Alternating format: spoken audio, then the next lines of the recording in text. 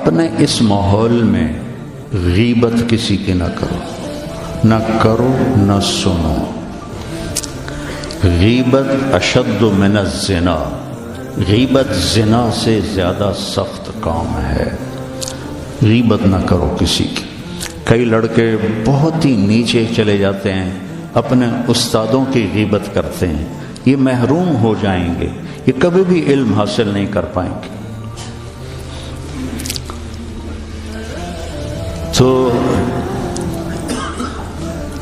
مجھے ایک واقعہ یاد آ گیا۔ قاضی احسان احمد شجاع آبادی رحمۃ اللہ علیہ ختم نبوت کے امیر تھے، تو میرے والد صاحب سے بڑا ان کا گہرا تعلق تھا، تو ہمارے گھر آتے تھے، میں چھوٹا تھا، تو انہوں نے اپنا واقعہ سنایا کہ میں تو ناقص کا صیغہ ہوں قاضی، تو ویسے بھی میں ناقص تھا، مجھے اتنا پڑھنا لکھنا آتا نہیں تھا، اور ایک طالب علم تھا جو بہت قابل تھا، اور وہ استاد پہ ایسا اشکال کرتا کہ استاد کو جواب نہیں آتا تھا، تو پھر وہ ہنس پڑتا تھا۔ تو ایک دن استاد نے دکھی ہو کر کہا، جا تو بھینسیں ہی چرائے گا۔ اور ایک دفعہ میرے استاد اٹھے تو ان کا جوتا دور پڑا تھا، تو میں بھاگ کے گیا، جوتا اٹھا کے لایا اور ان کے سامنے رکھا۔ کہنے لگے، بادشاہ تیرے جوتے سیدھے کریں گے انشاءاللہ۔ تو قاضی صاحب فرمانے لگے کہ اس لڑکے کو میں نے خود بھینسیں چراتے دیکھا، میں نے اسے خود بھینسیں چراتے دیکھا۔ اور تحریک ختم نبوت میں جب قاضی صاحب کو، چونکہ یہ تحریک کے سر امیر تھے، جب ان کو بلایا گیا تو جنرل اعظم تھا گورنر پنجاب کا، تو جو بھی بات چیت ہوئی وہ تو انہوں نے نہیں بتائی تھی۔ جب اٹھے تو ان کے جوتے قالین سے پرے پڑے تھے، تو جنرل اعظم بھاگ کے گیا اور آپ کے جوتے اٹھا کے لا کے آپ کے سامنے رکھے، تو قاضی صاحب کو رونے لگے۔ تو انہوں نے کہا، حضرت جی اس میں رونے کی کیا بات؟ کہا نہیں، ایک بات یاد آئی ہے اپنے استاد کی، آج اس کو زندہ ہوتا دیکھ رہا ہوں تو اس پہ رونا آیا ہے۔ اپنے استادوں کی غیبت نہ کرو، ان کی برائی نہ دیکھو، وہ آنکھیں بند کر دو جو کسی کی برائی دیکھتی۔ اپنے عیب دیکھو، دوسروں کی خوبیاں دیکھو، ایک آپ میں غیبت نہ ہو۔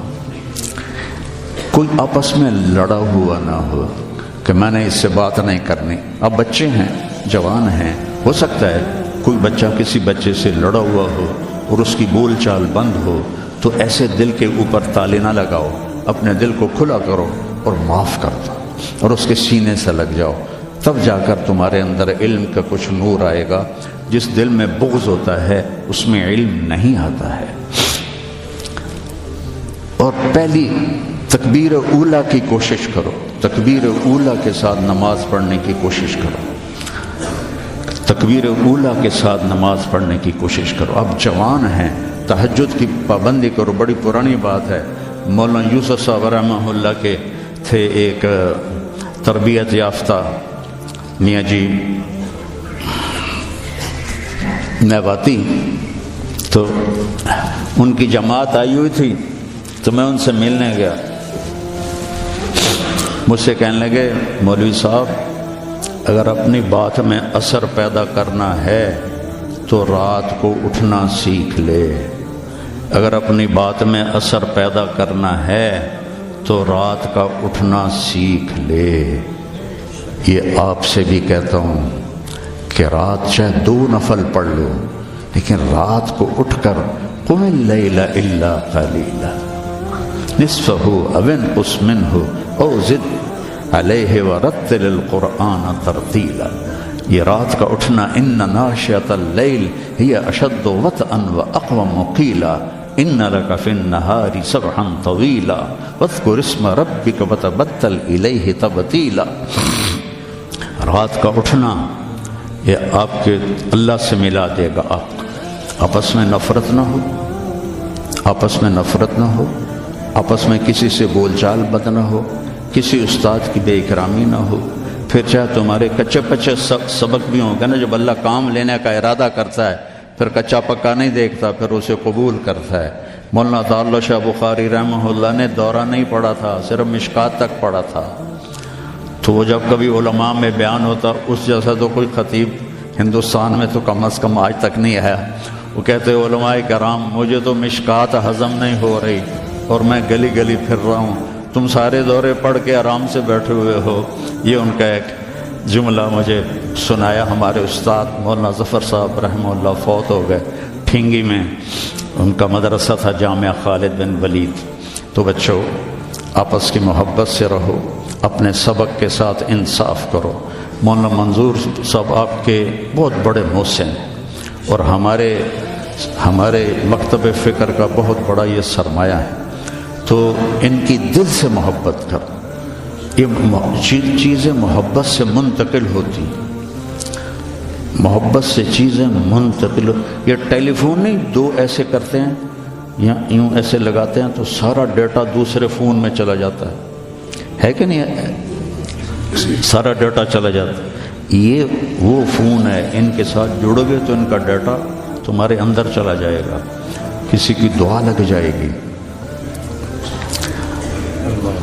ایک دفعہ واقعہ سنا کے میں بس کرتا ہوں۔ میں مدرسے کا امیر تھا رائمنڈ میں، تو مجھے سارے دن کی کارگزاری سنانی ہوتی تھی مولانا احسان صاحب کو، جو آج کل بہت علیل ہیں۔ تو میں برآمدے میں کھڑا تھا، سردیوں کے دن تھے، تو مولانا عبد الرحمن صاحب رحمۃ اللہ علیہ میرے استاد تھے، سب سے شفیق، وہ برآمدے میں ان کا بستر ہوتا تھا، مولانا احمد بٹلہ وہ، تو انہوں نے کروٹ بدلی اور کیا ہائے زور سے، تو احمد بٹلہ صاحب فرمانے لگے مولوی صاحب خیریت ہے، کیا ہوا؟ کہنے کہ سر میں بڑا درد ہے۔ تو اس وقت رائمنڈ میں تھرموس رکھنا جرم تھا، تو دو تین لڑکے تھے جنہوں نے چھپا کے رکھا ہوا تھا، تو مجھے پتا تھا، تو میں اسی وقت اڑ کے گیا اور اس سے میں نے کہا تھرموس دو، انہوں نے کہا وہ وہاں چھپا کے رکھا ہے۔ میں نے وہ لیا اور بغل میں دبا کے اوپر چادر لے لی، سردیوں کا زمانہ تھا۔ مولانا تشریف لائے، ان کے ساتھ میں ان کے گھر تک گیا، ان کو کارگزاری سنائی، وہ اندر گئے، میں نے وہیں سے دیوار سے چھلانگ لگائی۔ یہ 72-73 کی بات ہے، جب کوئی بازار نہیں تھا رائمنڈ میں، 2-3 صرف چھوٹے چھوٹے ہوٹل تھے اور 10 بجنے والے تھے، اور اس وقت سناٹا ہوتا تھا۔ میں نے کہا یا اللہ چائے بھی مل جائے اور سر درد کی گولی بھی مل جائے تو آج میرا کام بن جائے گا۔ تو میں نے سارا دیکھا تو سب ہوٹل بند، ایک ہوٹل بند تھا لیکن تھوڑا سا کیواڑ کھلا ہوا تھا اور اندر سے روشنی آ رہی تھی۔ وہ انور نام کا ایک ساتھی تھا مرحوم، اس کا ہوٹل تھا۔ میں اندر گیا، میں نے کہا بھائی انور چائے چاہیے؟ کہا بھائی میں تو تھک گیا ہوں سارا دن، تو خود بنا لے۔ تو وہ سٹوو ہوتا تھا ہوا والا، وہ میں نے چائے بنائی، تھرموس میں ڈالی۔ میں نے کہا کوئی سر درد کی گولی ہے تیرے پاس؟ اب چائے کے کھوکھے پر کھوکھا، سر درد کی گولی کا کیا کام ہے؟ کہنا کہ وہ پھٹے پر دیکھو شاید کوئی پڑی ہو۔ تو میری تقدیر میرا ساتھ دے رہی تھی، میں نے دیکھا تو ایک ساری ڈان ہوتی تھی اس وقت، وہ سر درد کی گولی تھی، جیسے آج کل پیناڈول ہے، وہ ساری ڈان پڑی تھی۔ میں نے کہا لے بھائی آج کام بن جائے گا۔ میں نے وہ لی اور دوڑ لگائی، اور جب مولانا چادر لے کے پڑھتے تو میں نے ایسے پاؤں دبائے، تو انہوں نے سر سے رضائی ہٹائی، مجھے دیکھا، کیا بات؟ میں نے کہا جی یہ چائے ہے، یہ گولی ہے، آپ کھا لیں، آپ کے سر میں درد۔ تو ان کے منہ سے کلمات نکلے، اس کا میں ثمرہ ہوں، اپنی ذات میں کچھ نہیں، میرے استاد کی دعا مجھے لگی۔ ان کے چہرے پر اتنی خوشی آئی، وہ بڑبڑاتے ہوئے، الفاظ مجھے سمجھ میں نہیں آ رہے تھے لیکن میرے لیے دعا فرما رہے تھے۔ تو ایسے موقع تلاش کیا کرو کہ آپ کو استاد کی خدمت کا موقع ملے، تو ان کے منہ سے دعا نکلے اور آپ کے کام بن جائیں۔ تو سارے بچے اس کی نیت کرو، اپنی پڑھائی کے ساتھ انصاف کرو، آپس میں پیار محبت سے رہو۔ نیت کرتے نا سر، اللہم لکل او نکاح ہے، لو مفتی امجد کی بیٹی کا نکاح ہے بھائی. بسم اللہ الرحمن الرحیم.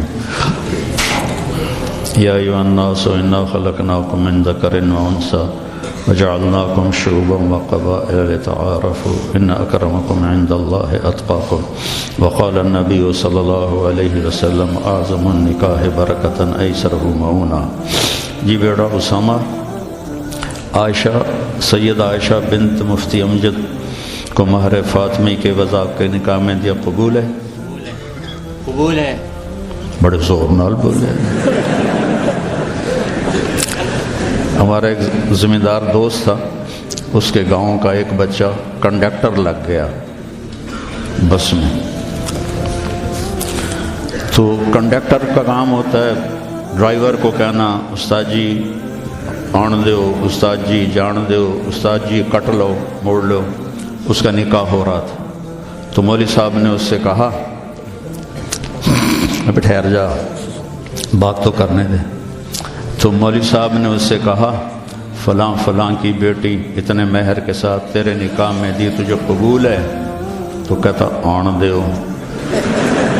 تو اس کے بھائی نے اس کو ایسے کونی ماری، کہتا جان دیو.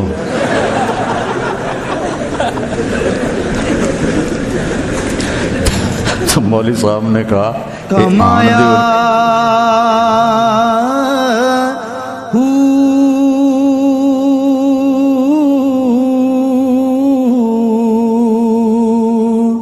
نام بھج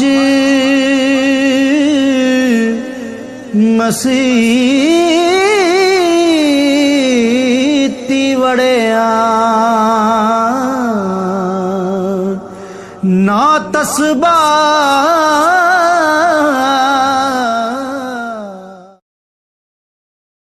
کونی ماری، کہتا جان دیو.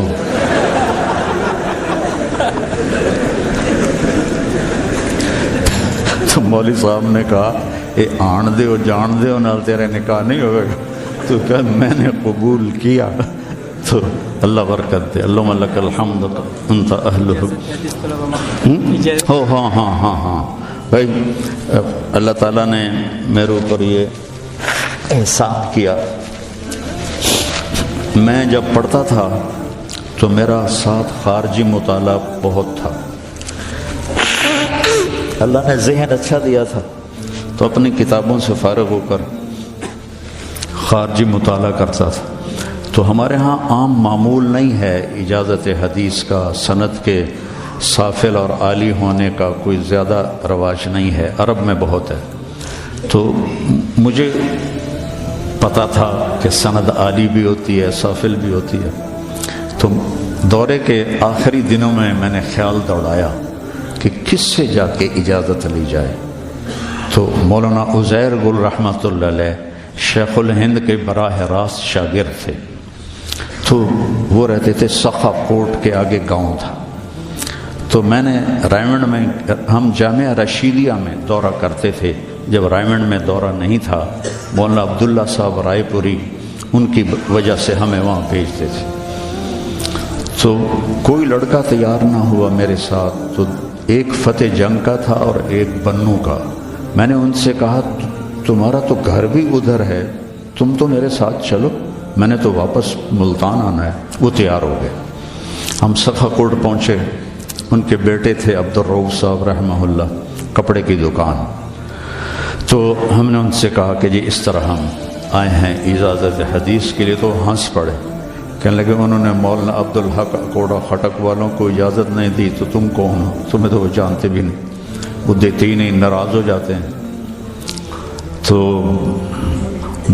مولانا محمد میاں صاحب تھے رحمۃ اللہ علیہ، ہم اس میں جامعہ مدنیہ میں. تو وہ حضرت شیخ مولانا مدنی رحمہ اللہ کے خلیفہ تھے. انہوں نے اپنے بیٹے کو بھیجا، اس کو بھی نہیں دی. ہم نے کہا جی آپ پھر ہماری ملاقات کرا دیں. میں نے کہا چلو ملاقات کرا دیتا ہوں. تو ہم نے کیا کیا، پہلے گئے مسجد میں، 2 نفل پڑھ کے اس کا ثواب مولانا کو ہدیہ کیا، مولانا عزیر گل صاحب کو، کہ یا اللہ ان کا دل نرم کر دے اور یہ ہمارا تحفہ ان تک پہنچا دے. تو آ گئے۔ میں نے دو شخصیتوں کو وجاہت کے لحاظ سے ایسا دیکھا ہے کہ پھر ایسا اور کوئی نہیں دیکھا۔ مولانا زہر گل صاحب 6.25 فٹ قد، یہ میری 2 کلائیاں مل کے ان کی ایک کلائی بنتی تھی، اور ایسا نورانی چہرہ، آنکھیں چلی گئی تھی۔ دین میں تو مولانا زہر گل جیسی وجیح بارو میں نے نہیں دیکھا، اور دنیا میں اکبر بگٹی جیسا وجیح بندہ میں نے نہیں دیکھا۔ 2 دفعہ مجھ سے ملنے گئے تھے یہی تبلیغ کے سلسلے میں، تو وہ کہنے لگے کون ہو؟ نابینا ہو گئے تھے، یہ لاٹھی ہاتھ میں تھی۔ تو میں متکلم تھا، میں نے کہا جی ہم طلبہ ہیں، رائمنڈ سے پڑھا ہے، سائیوال میں دورہ کیا ہے، اور اب ہم آپ سے اجازت حدیث کے لیے حاضر ہوئے ہیں۔ وہ تو جلال میں آ گئے، جیسے ان کے بیٹے نے کہا تھا، اتنا غصے ہوئے، میں جاہل، میرے پاس کیا لینے آئے ہو، مجھے کچھ نہیں آتا، ایسے آ گئے ہو۔ کافی دیر ڈانٹتے رہے، اور اس میں ایک بات ان کے منہ سے نکلی، بغیر کتاب کے کوئی اجازت نہیں ہوتی۔ ان کو خیال تھا کہ ہم ویلے ہی آ گئے ہیں۔ تو جب ان کا غصہ تھوڑا سا ٹھنڈا ہوا تو ان کے بیٹے نے ایسے کیا کہ نہیں بولنا۔ میرے دونوں ساتھی نے مجھے ایسے کیا، ہمت کرو ہمت کرو۔ اب میں 2 کشتیوں پہ ہو گیا، ان کا بیٹے کہہ رہے ہیں، اور واقعی لگتا تھا یہ ڈنڈا کہیں ہمیں سر پہ نہ مارے۔ تو میں نے کہا حضرت کتاب ہمارے پاس ہے، ہم کچھ پڑھ کے سنا دیتے ہیں، اگر آپ کو اچھا لگے تو ہمیں اجازت دے دیں، اگر اچھا نہ لگے تو ہمارے لیے بہت بڑی سعادت ہے کہ شیخ الہند کے شاگرد سے کے سامنے ہم نے حدیث پڑھی۔ تو ان کا ڈنڈا یہاں رکھا ہوا تھا، یہاں ایسے، تو انہوں نے وہ ڈنڈا وہاں سے ہٹا کے یہاں رکھ لیا، یہاں ایسے۔ وہ کافی دیر اس کیفیت میں بیٹھے رہے، ایک دم کہنے لگے اچھا پڑھو۔ تو میں نے یہ پہلی حدیث جو تھی انما الاعمال بالنیات، پہلی حدیث میں نے پڑھی، دوسری مولوی عبد الودود تھے فوت ہو گئے، انہوں نے پڑھی، تیسری مولوی اسحاق نے پڑھی۔ تو طریقہ ہوتا ہے کہ اول اور آخر پڑھا جاتا ہے۔ تو جب کتاب میں نے لے کے ورق الٹنے شروع کیے کہ آخری حدیث پڑھوں، تو ورق گردانی کی آواز کانوں میں آئی، کہنے کہ بس بس کافی ہے کافی ہے، میں تم تینوں کو اجازت دیتا ہوں، لیکن ایک شرط ہے، میں نے آج تک کسی کو اجازت نہیں دی، تم نے کسی کو بتانا نہیں کہ میں نے تمہیں اجازت دی۔ تو ہم نے ان کی موت تک چھپائے رکھا، پھر ہم نے اعلان کر دیا۔ تو میں آپ سب طلبہ کو دورہ حدیث کے ہوں تو میں کچھ نہیں، خالی ڈھول ہوں، لیکن چلو آپ کی نیکیوں میں میرا حصہ پڑ جائے گا، میں آپ کو اس کی اجازت دیتا ہوں۔ اللہم لک الحمد کما انت اہلہ فصل علی محمد کما انت اہلہ وفل بنا ما انت اہلہ انک اہل التقوی و اہل المغفرہ۔ ربنا تقبل منا انک انت السمیع العلیم وتب علينا إنك أنت التواب الرحيم اللهم إنا نسألك علما نافعا ورزقا حلالا طيبا واسعا وشفاء من كل داء اللهم أغننا بالعلم وزينا بالحلم وأكرمنا بالتقوى وجملنا بالعافية اللهم يسر القرآن بألسنتنا وأنطق به لساننا اللهم آتنا الحكمة وفصل الخطاب اللهم آتنا حكما وعلما اللهم فقهنا في الدين وعلمنا التأويل اللهم آتنا رحمة من عندك وعلمنا من لدنك علما اللهم آتنا رحمة من عندك وعلمنا من لدنك علما۔ یا اللہ، مولانا منظور صاحب نے ایک خوبصورت باغیچہ کو پانی دیا ہے اپنی محنت سے، اس کو بہت بڑا گلستان بنا دے اور اسے ہدایت کا سرچشمہ بنا دے، اور یہاں پڑھنے والے بچوں کو ہادی و مہدی بنا دے، اور امت کے لیے یہ ہدایت کا نشان بنا دے یا اللہ مولانا کی زندگی میں عمر میں صحت میں برکت عطا فرما، ان کے نواسے کو حضرت ابراہیم علیہ السلام کے ساتھ ملا دے جو امت کے بچوں کو اپنے ساتھ رکھتے ہیں، اور یا اللہ ان کی عمر صحت میں برکت عطا فرما۔ یا اللہ اس ادارے کو ہر قسم کی جو ضروریات ہیں اپنے غیب سے پوری فرما، اور ہر قسم کے شرور سے محفوظ فرما، حاسد کے حسد سے خاص طور پر حفاظت فرما، شریر کے شر سے بچا، فتین کے فتنے سے بچا، ساحر کے سحر سے بچا، عین لامہ سے بچا، عین لامہ سے بچا، عین لامہ سے بچا، ہر قسم کی بھلائیاں مقدر فرما۔